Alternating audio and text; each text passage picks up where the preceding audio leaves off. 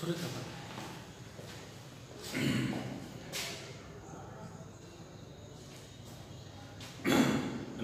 दोस्तों, आज इसके पहले हमने पहला जो वीडियो किया था हमने उस पर हमने सुदर्शन का परिचय देखने की कोशिश की। ये लेखक जो है सुदर्शन, इनका जीवन परिचय और उनका परिचय पूरी तरह से देखने की कोशिश की।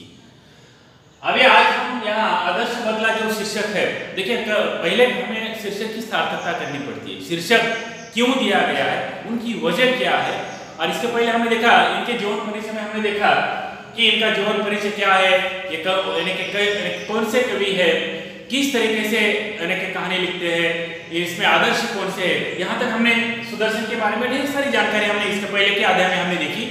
दोस्तों आज यहाँ जो शीर्षक दिया गया है उसकी हम सार्थकता करेंगे, और ये शीर्षक जो है इसका क्या उद्देश्य है, लेखक की भूमिका क्या है, लेखक इस शीर्षक के माध्यम से तुम्हें क्या एक संकेत देना चाहते हैं, क्या जानकारी देना चाहते हैं, इस पर हम आज विवेचन करने की कोशिश करेंगे।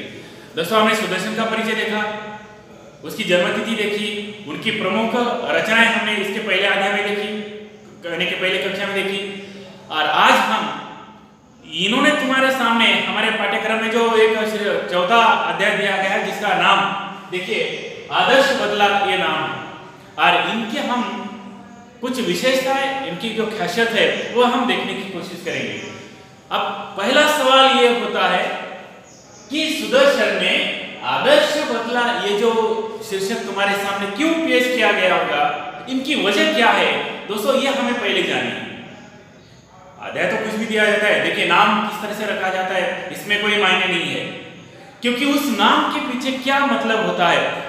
उसी तरीके से यहाँ हमको आदर्श बदला ये शीर्षक दिया गया है, तो इस शीर्षक सुदर्शन ने क्यों दिया होगा, इनकी वजह क्या होगी, किसके लिए यह शीर्षक तुम्हारे सामने उन्होंने पेश किया गया है, इसका हम जिक्र करेंगे आज के इस वीडियो में। दोस्तों देखिए इसके पहले आदर्श बदला ये जो शीर्षक है, पहले हम इन शीर्षक की सार्थकता करेंगे। सार्थकता करने के मतलब उसका क्या वजह है। देखिए पहला नाम है आदर्श और उसके बाद दूसरा नाम है बदला। दोस्तों तुम तो ये जानते हैं कि आदर्श मतलब एक आदर्श है, आदर्श किसमें भी हो सकता है, आदर्श छात्र हो सकते हैं, आदर्श व्यक्ति हो सकता है, आदर्श लेखक हो सकता है, आदर्श कहानीकार हो सकता है, आदर्श एक व्याख्यानकार हो सकता है, आदर्श एक राजनीतिक इंसान हो सकता है। इसमें ढेर सारे आयाम है, हम वहां तक इतने लंबी चौड़ी बात हम नहीं करेंगे। और ये पहला एक आदर्श, दूसरा है बदला। हाँ इनकी बात करना तो नामुमकिन है। बदला, देखिए बदला का अर्थ क्या, बीते हुए कालखंड का बदला लेना। किसी ने अगर उल्टी सीधी बात कही तो उनका बदला लेना, ये भी हो सकता है, लेकिन हम यहाँ ऐसा नहीं करेंगे। यहाँ सुदर्शन वैसा नहीं करते कि सुदर्शन का एक मुख्य हेतु ये है, उनका उद्देश्य है दोस्तों आदर्श बदला, एक आदर्श एक पहलू को बदलाव करने का कोशिश।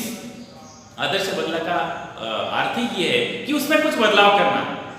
इंसान में बदलाव कब आता है, कुछ मुख्य आयाम देखने के बाद, कुछ अच्छी सीख मिलने के बाद, अच्छा ज्ञान जब वो हासिल करता है उसके बाद उनमें बदलाव आता है। और वैसे सुदर्शन ने ये सोचा होगा कि हमें छात्रों में बदलाव लाना है, और इसलिए उन्होंने आदर्श बदला ये शीर्षक तुम्हारे सामने बहुत ही बढ़िया ढंग से पेश करने की कोशिश की है। कितनी सोच बढ़िया है देखिए लेखक की, और यही एक सोच यहाँ सुदर्शन ने तुम्हारे सामने एक अच्छी तरीके से पेश करने की कोशिश की है।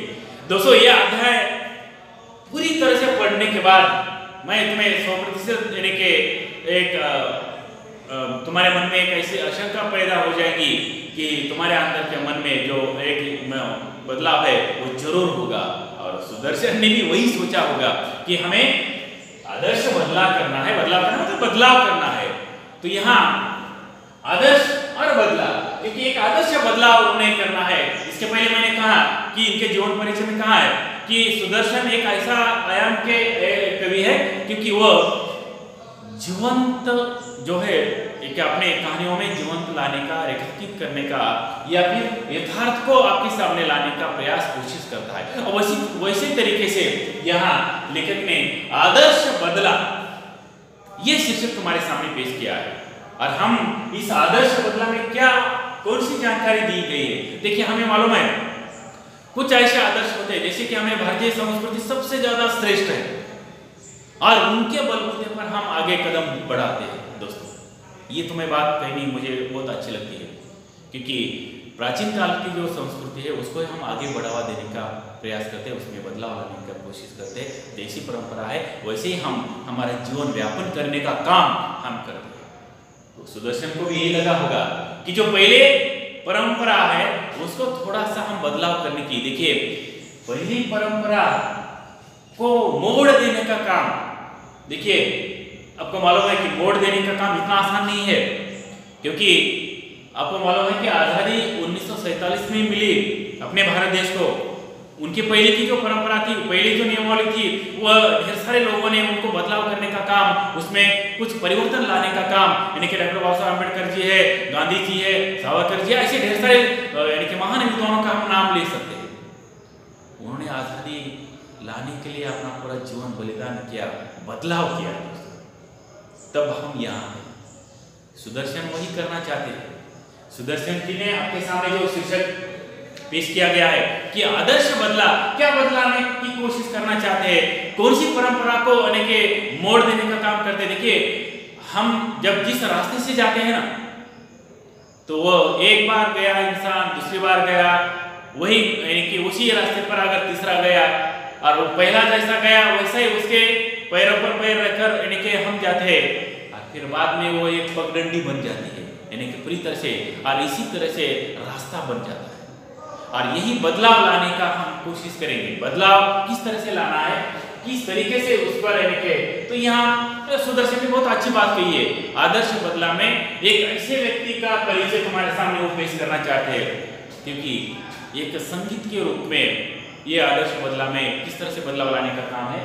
तो आपको तानसेन नाम तुमने सुना होगा, एक अच्छा संगीतकार, एक जो है उसमें हम उसका नाम गौर से ले सकते हैं। तानसेन का इन्होंने जिक्र किया है ये प्रस्तुत पाठ में, क्योंकि आदर्श बदला जो प्रस्तुत पाठ आपके सामने उन्होंने पेश किया गया है कि बहुत अच्छा है।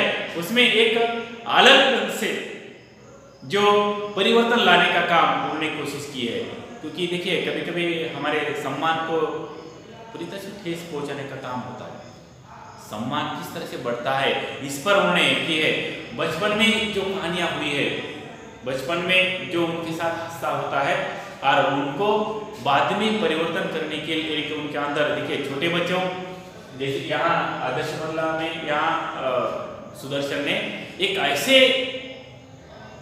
परिचय लिए गए हैं। एक पहला परिचय है तानसेन, उसके बाद दूसरा है बैजू नामक का, बचपन यानी कि बैजू जो है उसका एक पात्र लिया गया है, और प्रमुख पात्र है औरंगजेब। देखिए ये तीन पात्रों के जरिए आदर्श बदला ये प्रस्तुत पाठ यहाँ सुदर्शन ने पेश किया। अब तुम ये सोचेंगे कि आदर्श बदला शीर्षक है और उसमें औरंगजेब का पात्र लिया गया है, तानसेन का पात्र लिया गया है, बैजू नामक का जो है वो भी एक पात्र इसमें लिया गया है।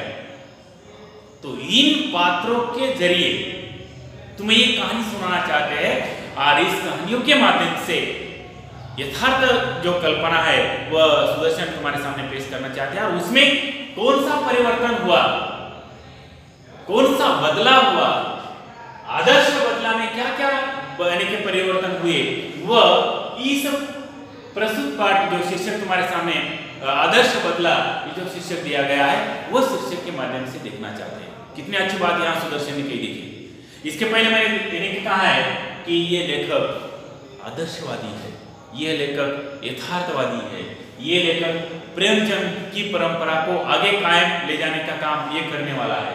ये लेखक जीवन की घटनाओं को विषित करने वाला, जीवन की घटनाओं को फिर से रेखांकित करने वाला ये कवि है।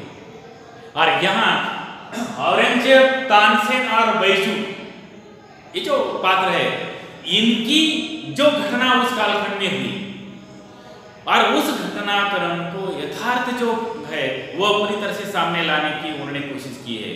हम यहाँ तक यानी कि आदर्श बदला इस पार्ट का हमने पूरी तरह से परिचय देखा और यहाँ हम पूरी तरह से रुकेंगे, बाद में इसका पूरा